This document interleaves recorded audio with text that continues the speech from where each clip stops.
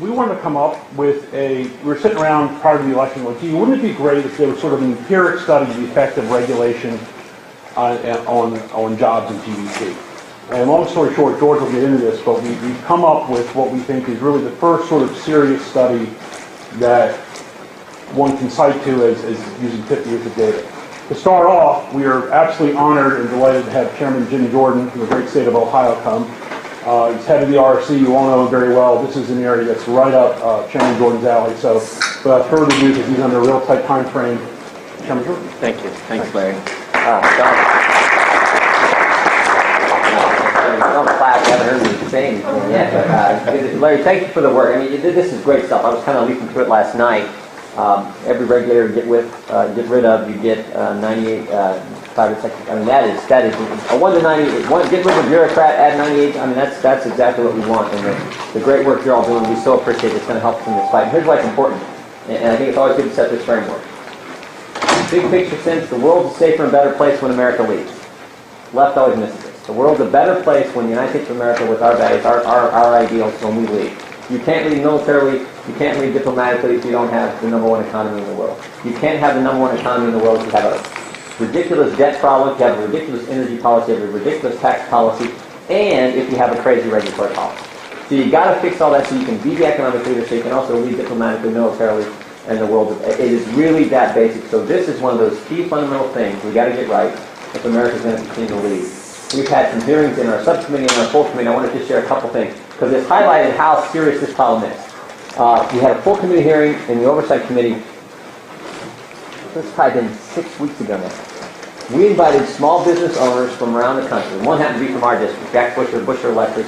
Started his business 25 years ago, Minster, Ohio, wonderful small town that they've been stuck with me as their congressman or state senator or state rep for 15 years now. Great people. Jack's a good friend, great business he has.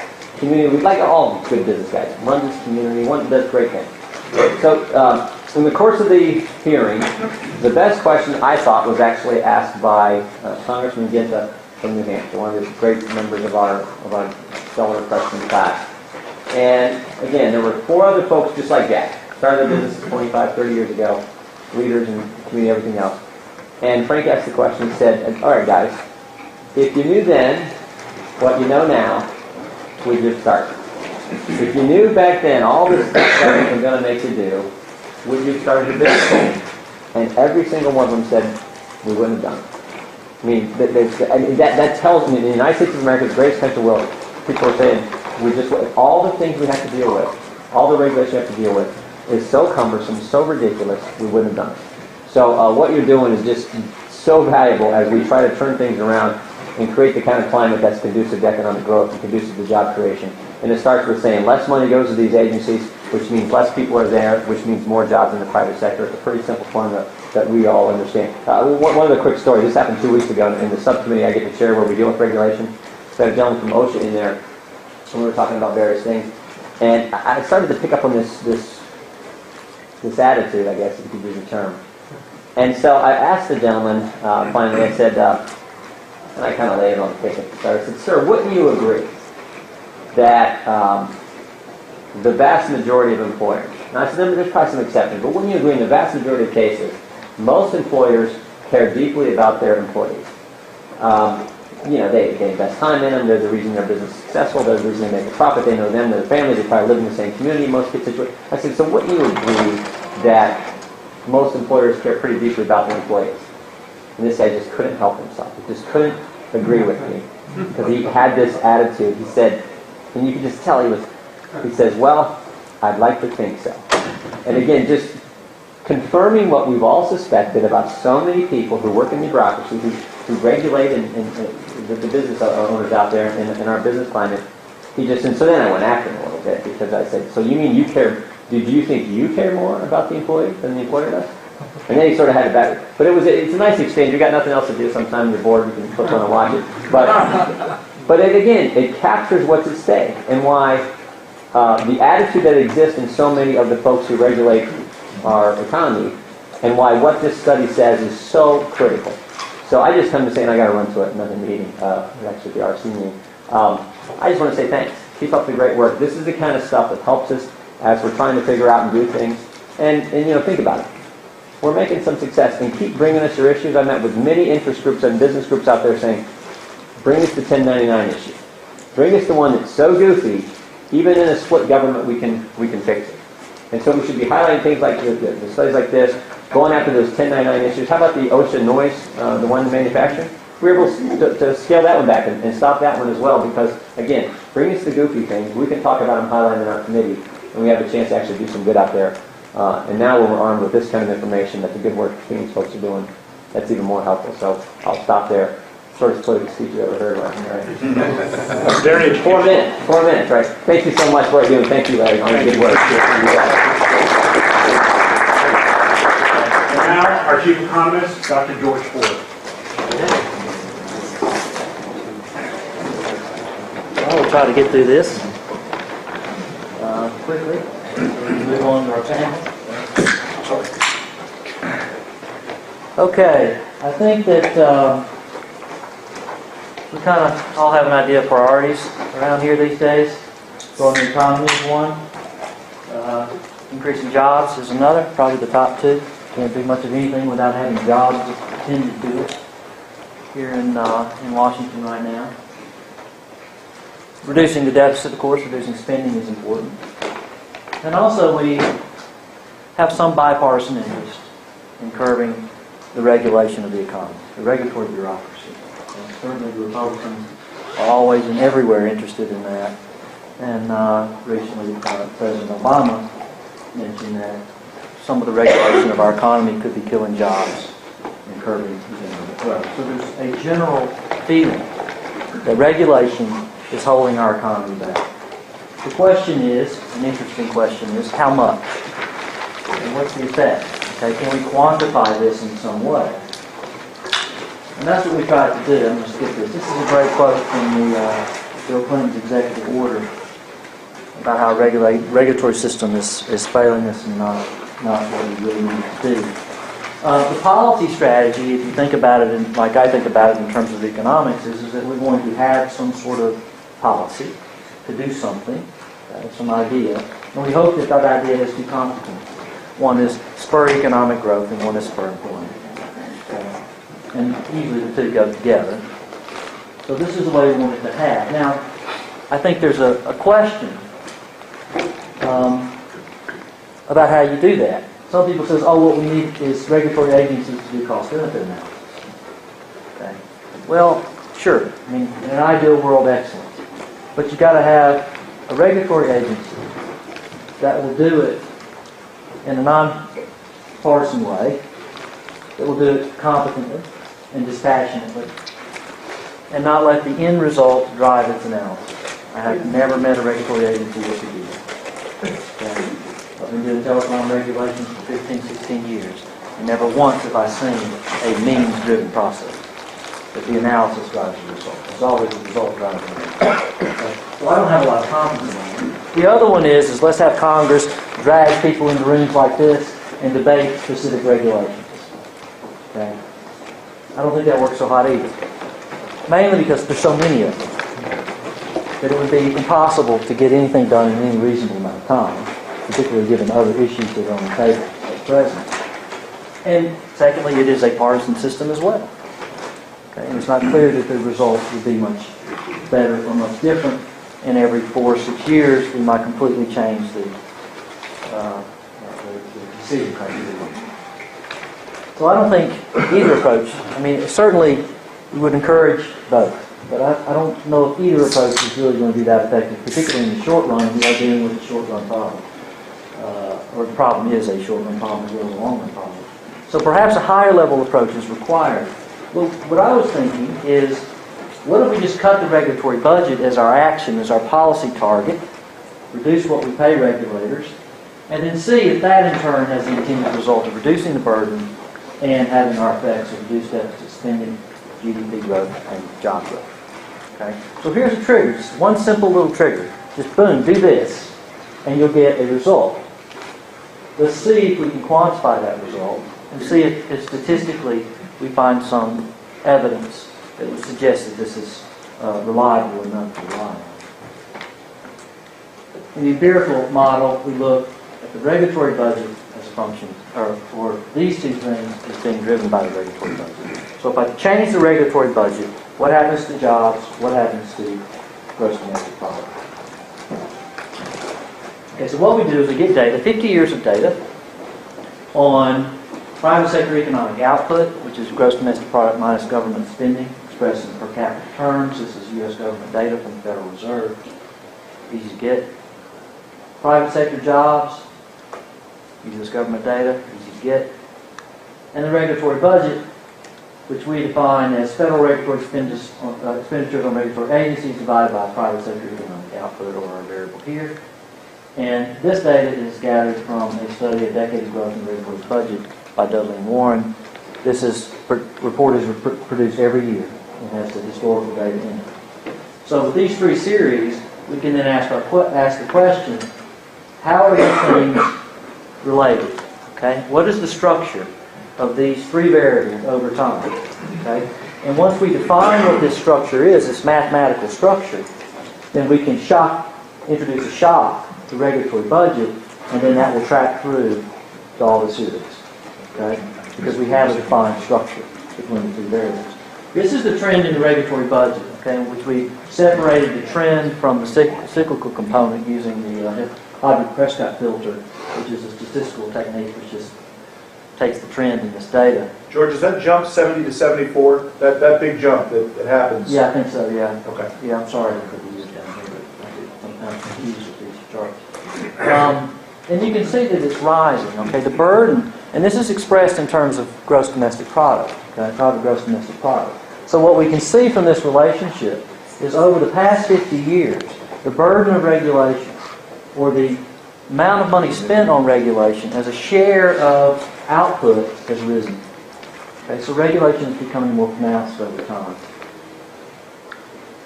Statistically what we do, and there's another little statistical approach we do early on in the paper, but this is the main one that we're interested in, is we take these 50 years of these three series and we estimate a trivariate vector autoregression as a statistical technique commonly used in academic research to analyze these very problems, commonly used, or almost explicitly used for macroeconomic effects, which is what we're interested in.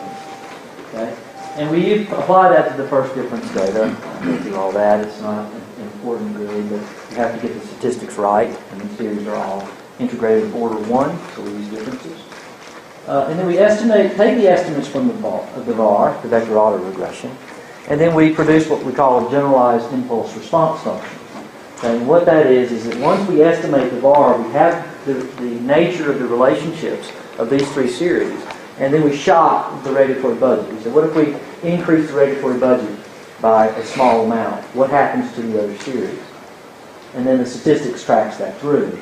And this is the form of generalized impulse response functions, which we can then make these computations, which I'll show you later. This is very standard-based. Okay? Young-Woo Kim, who's a co-author of a paper, is an expert in time series time metrics. Expectations. Our expectations were this. Okay? Regulations imposes costs on the economy. It's a standard view. Some people treat it as a tax, just a cost increase, which is like a tax. We expect that as a tax, that it will certainly affect employment. It will certainly affect the application of inputs to the production of output. Its effect on GDP, we're not so sure about. And the reason is this. If you impose a cost on a firm, that cost gets passed along to consumers in the form of a price, because consumers pay all costs in the end. It's passed along. The price, GDP is price times quantity at a very high level. So those prices will embody the cost of the regulation.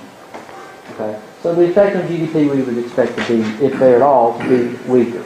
Okay? But that doesn't say that the regulation is not costless in those terms. We've redirected resources from one use into regulatory compliance. And many of the studies on the cost of regulation look at the cost of regulation.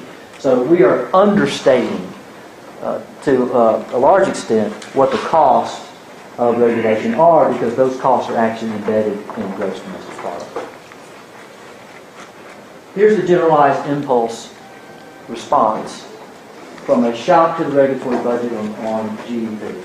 Okay? And what you see is if I increase the regulatory budget, I reduce GDP. This yellow line is the point estimate. Okay? is fairly large here, and then over time will trickle out, okay, to nothing, essentially. These bands here are our confidence intervals, and what we can see is we get statistically significant effects for about 3 or 4 years to GDP. Okay. So we get pretty much what we expected. We're going to get a little effect early on, and then it'll peter out over time. Okay, that's not that big a deal. Now, we may say a little effect. GDP is $14 trillion, okay? A little is a lot. Okay, I've been doing telecom for a long time, and 0.3 of a cent is billions of dollars when you apply it to trillions of messages or minutes. Okay, so if we say it's small, that doesn't mean it's small. Okay, it's only small in one sense. For example, a 5% cut in the regulatory budget, okay, which is about $2.8 billion, certainly within the range that we're talking about. I think if we went back to 2008 values of regulatory budget, we're talking about a 20% decrease in that budget. Okay, so much bigger than what we're looking at here. For a 5% cut, we can trace this out from the impulse response, what each yearly effect is. But essentially what we get over a 5-year term, and we limited it to 5 years because of the way the statistical significance fades out in about 4th or 5th year. We get an annual average GDP increase of $75 billion. Okay, so for a $2.8 billion reduction in regulatory expenditures, we get a $75 billion a year payoff. That's a significant payoff for very little investment, if you want to call it that. And the thing goes up at 5%, 10%, 16%. This system is a linear system, so you can extrapolate between any value you want to. Okay. You can take the ratio of 75 to 2.8 and say we're going to reduce it $1 billion, and you can just use that multiplier to produce that result. This table figure here will be available on our website if you want to include it in materials or whatever, which shows for a 5% cut you get $75 billion, and for a 10% cut $149 billion, and then a $238 billion for a 16% cut. This being closest to what a return to 2008 levels or whatever. I think it's 2008 discussion about returning spending levels to that level. So that's the closest to that. But it is a linear system, so the bigger the change, the less confidence you're going to have in this specific number. Okay, that'd be a pretty big shock to the system. On the job side, we see much stronger results statistically, which was generally expected, okay, given the nature of this problem. We see sharp declines early in the first 3 or 4 years, and then it sort of levels out a little bit, but still, even at the 90% confidence interval, 0 is not included. So this is statistically significant over the entire 10-year period, as you can see by the blue lines and the orange lines, which are confidence limits. Okay, so the jobs effect is much stronger. If we have a 5% budget cut, okay, and this has the each individual year effect, that on average over the next 5 years, and this would be roughly what it would be over 10 years given the nature of the relationship, you get about 1.2 million private sector jobs per year for a 5% cut in the regulatory budget, a $2.8 billion cut in the regulatory budget. You'd lose about 12,000 regulatory jobs as a consequence of that.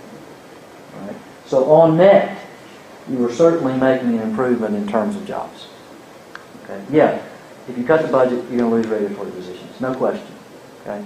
But you're getting quite a bit of return.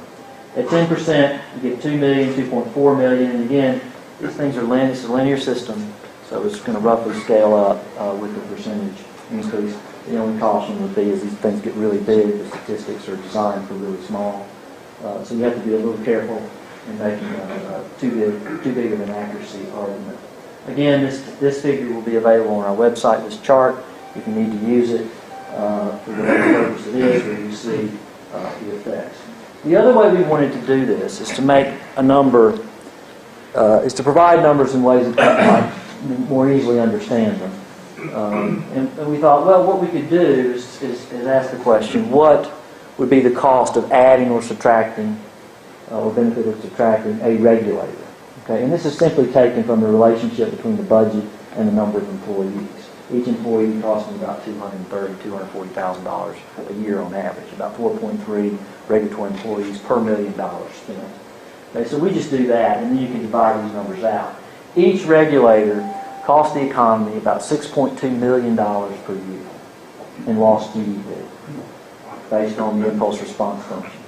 Each federal regulatory agency employee eliminates 98 private sector jobs per year and destroys the economic output equivalent of 134 persons, based on GDP per capita. Okay. So I think this is an interesting way to kind of think of the problem. Sometimes it's a little easier to think we're going to create a new regulatory agency with 500 employees. Well, say 500 times 100, and you can get to the number of jobs that would be affected on average. Okay, all this has to be on average, right? The other way to think of it is a jobs multiplier, and we see this a lot in the current debates about what are the job effects. Well, normally the job effects is determined by we're going to spend another $1 million in telecom or another $1 million on something, and then we look up the RIMS multiplier or whatever they are, and these things run, they can be small, 2 or 3, they can get up to 30 in construction business. Telecom is about 16, 17, things like that. So I thought, well, I'll create a regulatory jobs multiplier. Okay, so this is another convenient way to think about the problem. Multipliers are usually change in jobs per change in million of expenditures. If you increase the regulatory budget $1 million, the jobs multiplier is minus 418. That means every additional $1 million you spend on regulation kills 418 jobs. Okay?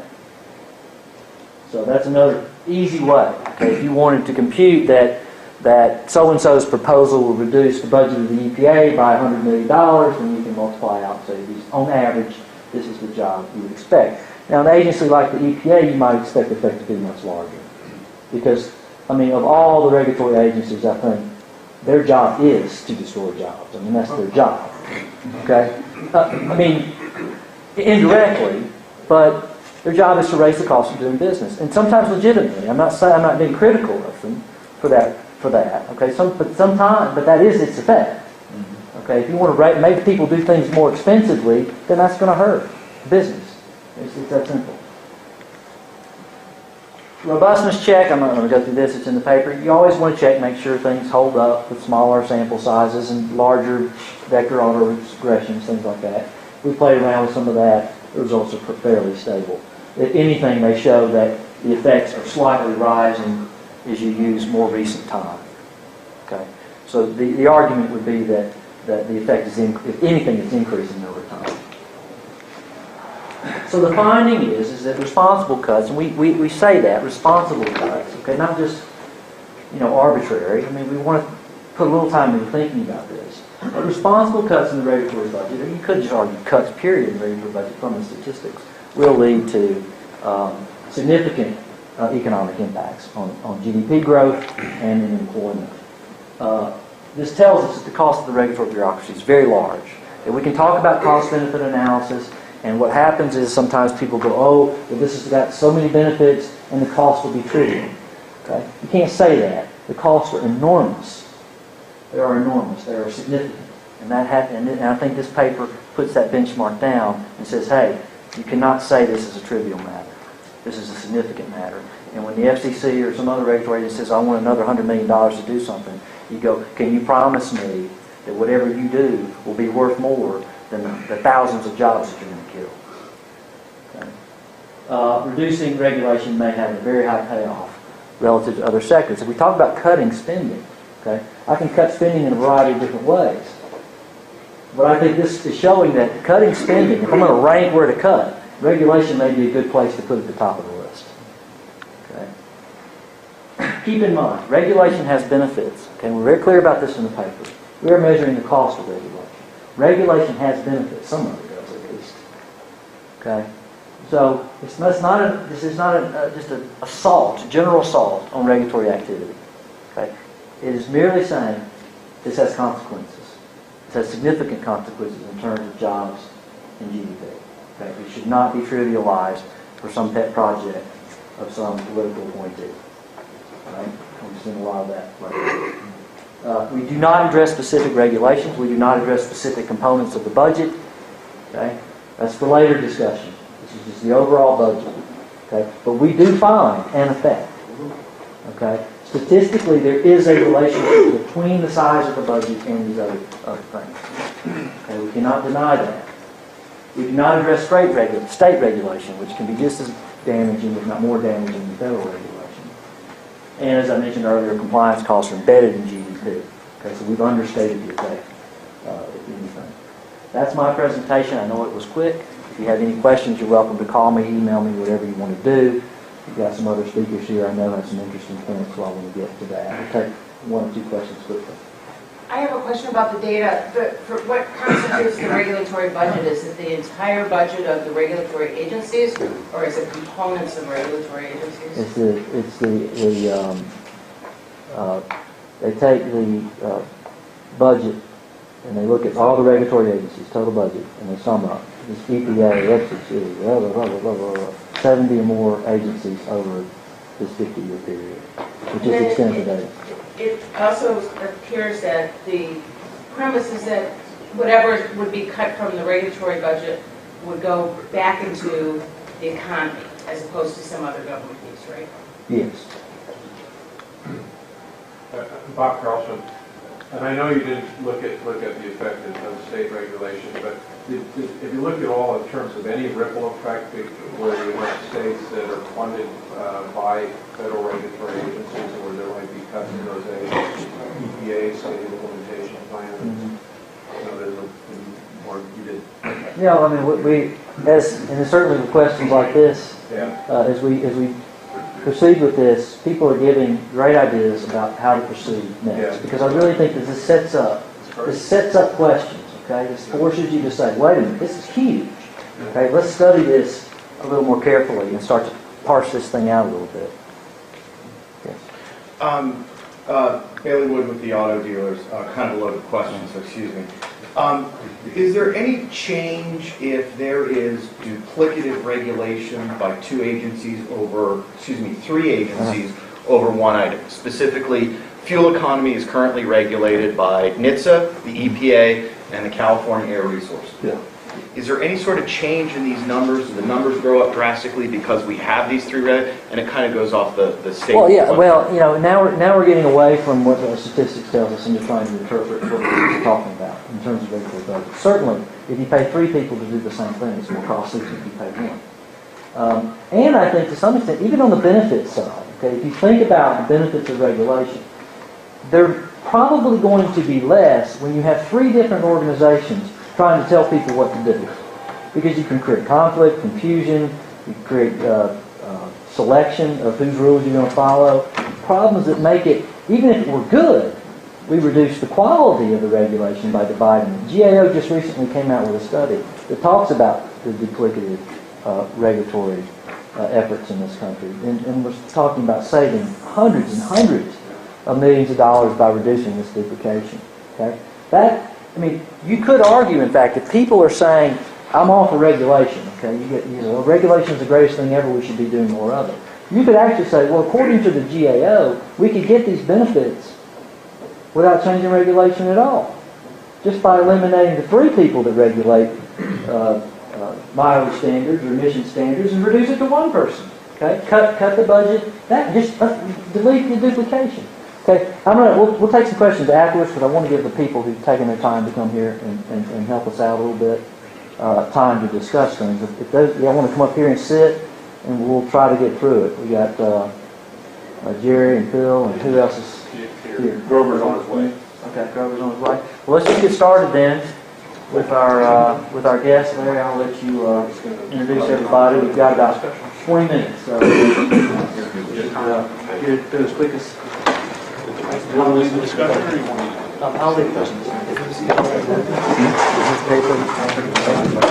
All right, I apologize, we're kind of short on time. We also just, we had the room moved on us last night at 7, and then as I was on my way here, they go, by the way, we got to clear out of here at 1. So I apologize for everybody, but I really appreciate it. That's the price of free when you get a free. It's a conspiracy. It's your government at work.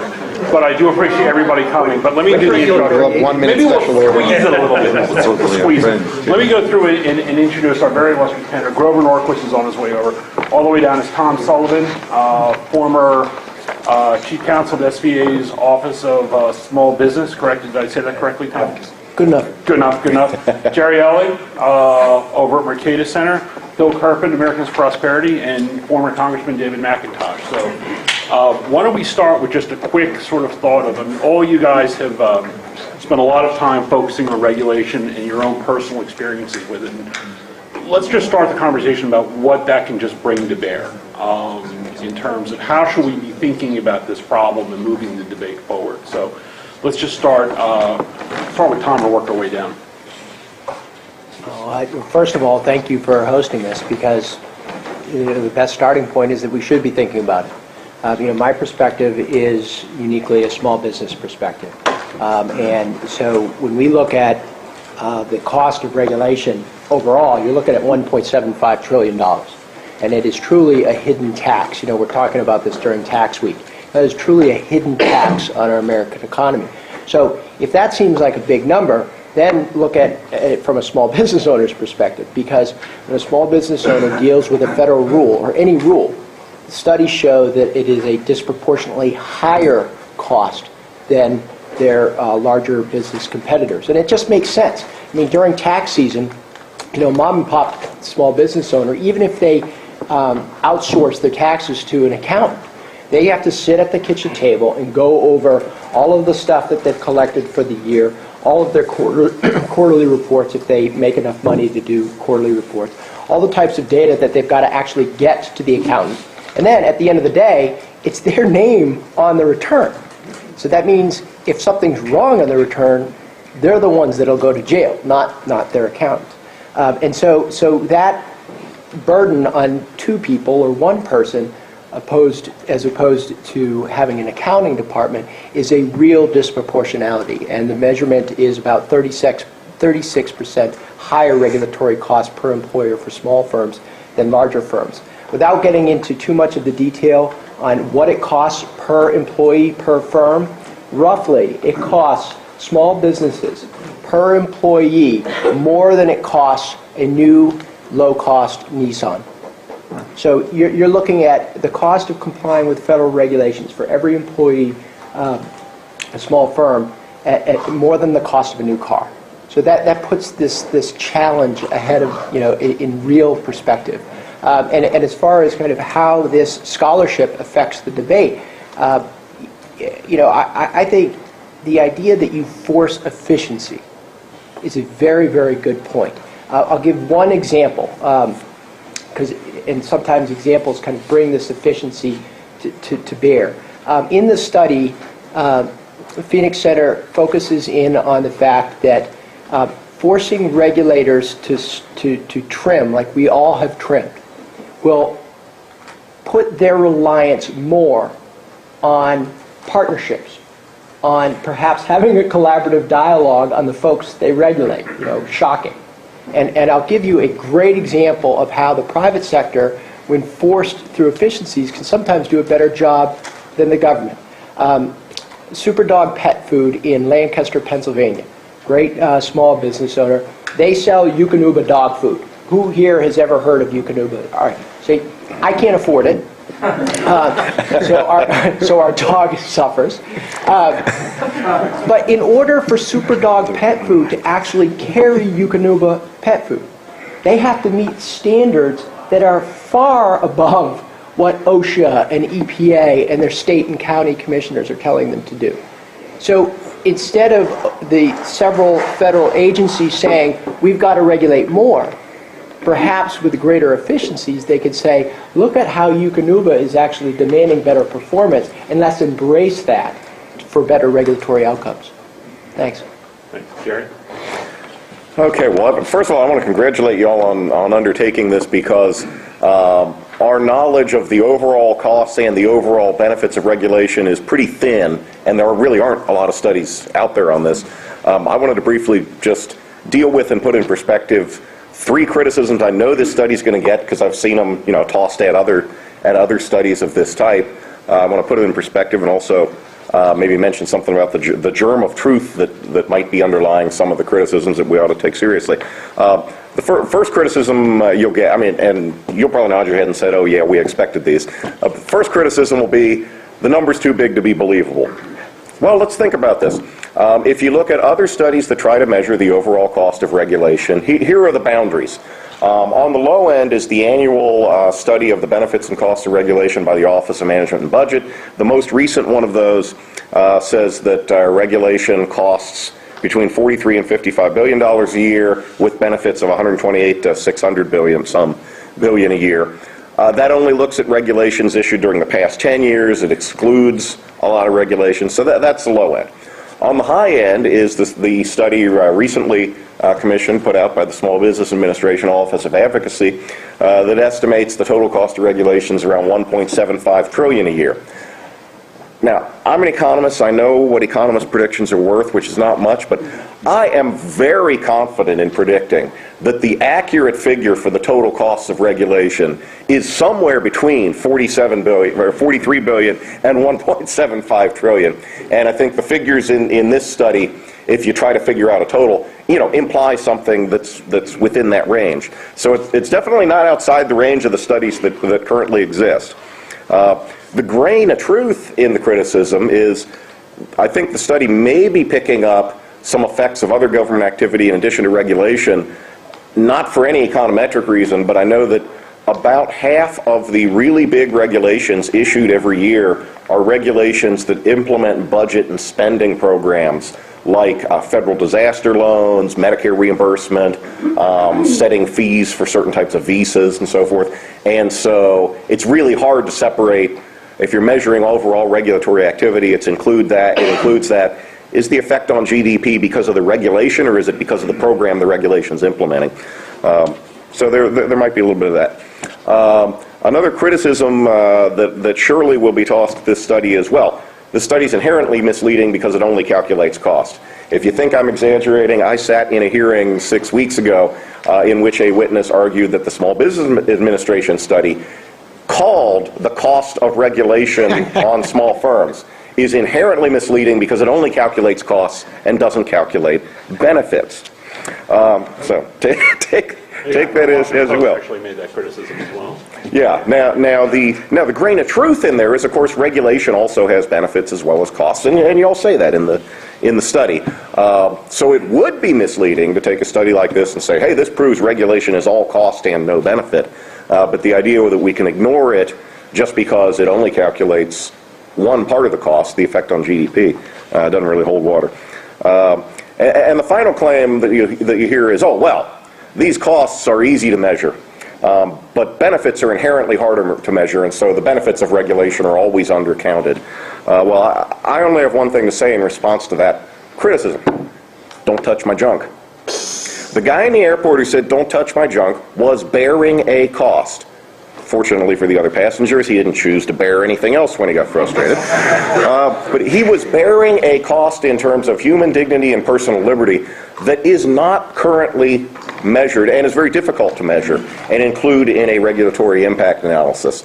So my only point is that there are costs that are inherently difficult to measure that we haven't figured out how to measure yet, as well as benefits that are difficult to measure. And on a regulation by regulation basis, all we can do is try to do the best we can and push forward our knowledge of how to do these kind of things. But I don't think there's any a priori reason to think that benefits are inherently more difficult to measure than costs. Most honest answer is they're both hard to measure.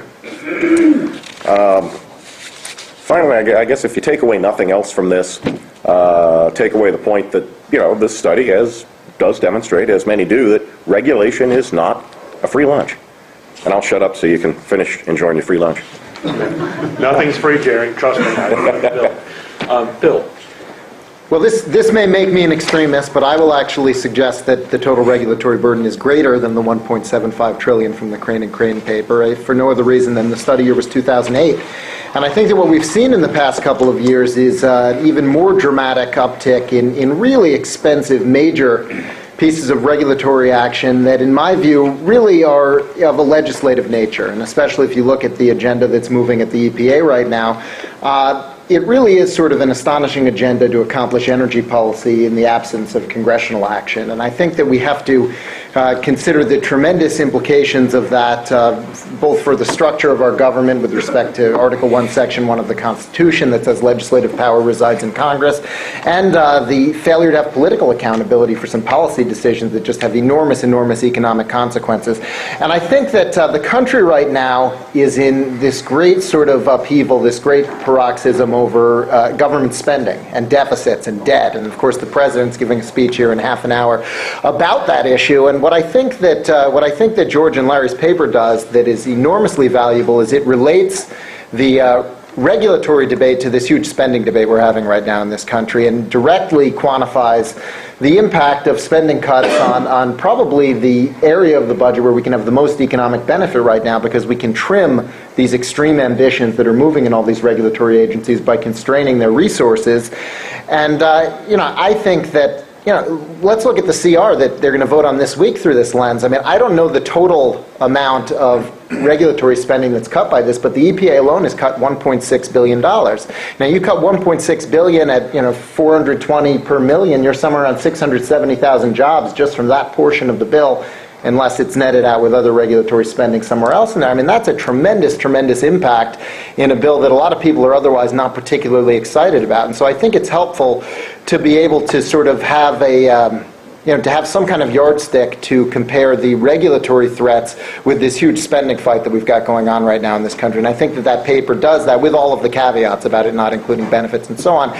But it gives us some sense of sort of where these threats line up in this larger spending debate that's going on right now. And I think that I think we have a unique opportunity right now to bring the same kind of public pressure to bear on regulatory issues that people are already bringing to bear on spending and some of these other issues, because of how extreme this administration is and because of sort of the full array of things that we're seeing move through regulatory channels right now. In many cases, things that failed to move legislatively, things like net neutrality, global warming regulations, things like all of the NLRB rulemakings that really push the limits in terms of what unions can do and so on. And so I'm very excited about this paper. I'm going to be using the 98 number everywhere, sort of as a rule of, sort of as a yardstick, because I think that it helps put in perspective, the tremendous number of jobs that could be created by restricting the reach of federal regulatory agencies. Great, thank you, Phil. Dave. Great. I want to pick up exactly where Phil left off and say the study is tremendously important and is going to change the landscape of the debate on regulations. And I've, for 20-some years, been debating on it, put audiences to sleep for many years of that, and tried to find ways of engaging people in the discussion. A couple of key points that I think should be brought out and emphasized. One, since I view it as the beginning of a new shift in the debate, there's a lot of other good things that I commend to you and hope you'll take up next in addition. And one would be comparing it to other pro-growth policies. Where do you get the relative benefits from that versus tax cuts? And like those pro-growth policies that have been around and studied more, start looking at some of the qualitative differences within that numbers. Certain cuts will have a larger impact on the job creation. And policymakers everywhere, not only in Congress, but in the executive branch, should be informed by this type of information and shouldn't be afraid of the data. They should take it into account as they're crafting policies towards different social ends. The other thing is, I think it's also going to be critical as we have an opportunity now for some structural changes in the regulatory process. This Congress, the House, put on the agenda the REINS Act, for example. Now, while in the end that's neutral in terms of regulatory and deregulatory policies, it will create greater discipline and accountability in the regulatory process where the debate about jobs can be brought into the forefront. And then finally, I've talked with a lot of people who've puzzled through how do we address this systematic problem of our budget. And the last time we balanced the budget, when I was here in the 90s, we did some cutting at the margin on spending programs, but the biggest effect on it was growth. Economic growth took over in the late 90s, and the additional revenue basically is what allowed us to balance the budget. So how do we get there with these trillion-dollar deficits? The only way to do it is to combine fiscal discipline and entitlement reform with economic growth policies. And I think you've put on the table an entire new area for the policymakers to think about in getting economic growth. And if you think about it, we have been lagging at the 1% or so growth rate for a while, but our aspiration is anemic too. We talk about if we can get to 3% GDP growth, then it'll solve our problems. Well, not true. It will solve the immediate inflow and outflow problem, but it won't let us tackle the long-term entitlement problem and debt. Other countries, China and India, are in the 10-plus range. In our history, we aspired to in the 5 to 10% economic growth in GDP. So what this allows us to do is think of policies that will increase the needle, if you will, on that economic growth aspiration for our country. And for that reason, as well as the others we've talked about, I think it's a hugely significant study, one that will change the landscape of the debate and make regulations relevant for the overall policy debate we're having. So thank you guys for doing this. I would like to address one issue that was brought up, and of course the paper I've mentioned that regulation has benefits, and I certainly expect that criticism. What's interesting about that criticism is that the econometric results are measuring net effects. So I hope the benefits are unmeasurable, because if they're measurable in either GDP or jobs, then that's been accounted for. They're human dignity benefits, Right? we've been told by the human dignity administration. benefits, okay? And not to say that those are zero value, but the notion that regulation is going to spur job growth is largely accounted for in the study. And keeping in mind, of course, that this is a highly aggregated view of the problem. Okay, I'm not looking at specific things. Okay, there may be a specific regulation that does increases in employment.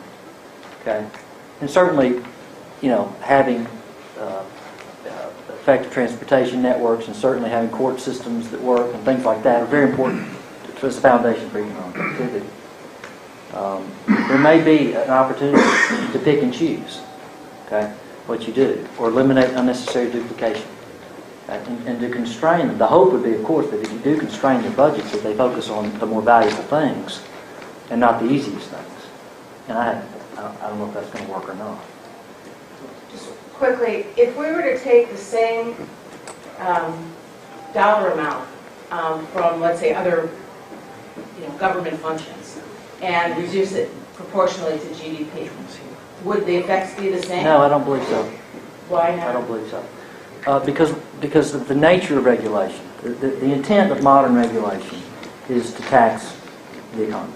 That is its intent. I mean, it's not like a textbook regulation where you have a natural monopoly and you've got downward sloping average cost curves and you lower price and increase output. Isn't it lovely? But that's not what it is. mathematically, you didn't. I mean, there's no way to account mathematically. And what's interesting, and Jerry was talking about this could be an effect of some general economic government spending thing. We're doing we've been doing some additional analysis, and what you really see, the regulatory budget is small relative to government spending. But what you find actually, if you remove that from total government spending, you get significant effects on the responses of the economy to government spending generally. Okay? There's something going on. Regulation has a very potent effect, and it is an intended effect. Okay?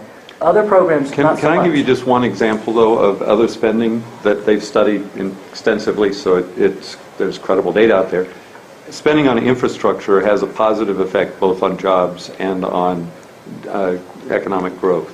So if you cut the same amount out of your infrastructure budget, you won't get the same results. I understand that. I was just asking in terms of the metrics in this particular study, if you accounted for additional effects, multiplier effects from regulation, or just the bottom line regulatory cost? That's what I was asking. It's only the effects of the federal budget on regulation. Okay, the dollar amount. The dollar amount. Okay. See, I think your second question would be an interesting thing to have studied as well. A lot of interesting studies. Well, unfortunately, we're being kicked out for other stuff. I really appreciate everybody just coming to this thing. If you're not on our mailing list, please get on. You can visit all this materials on our website, www.phoenix-center.org. Thank you all so much, and please keep in touch.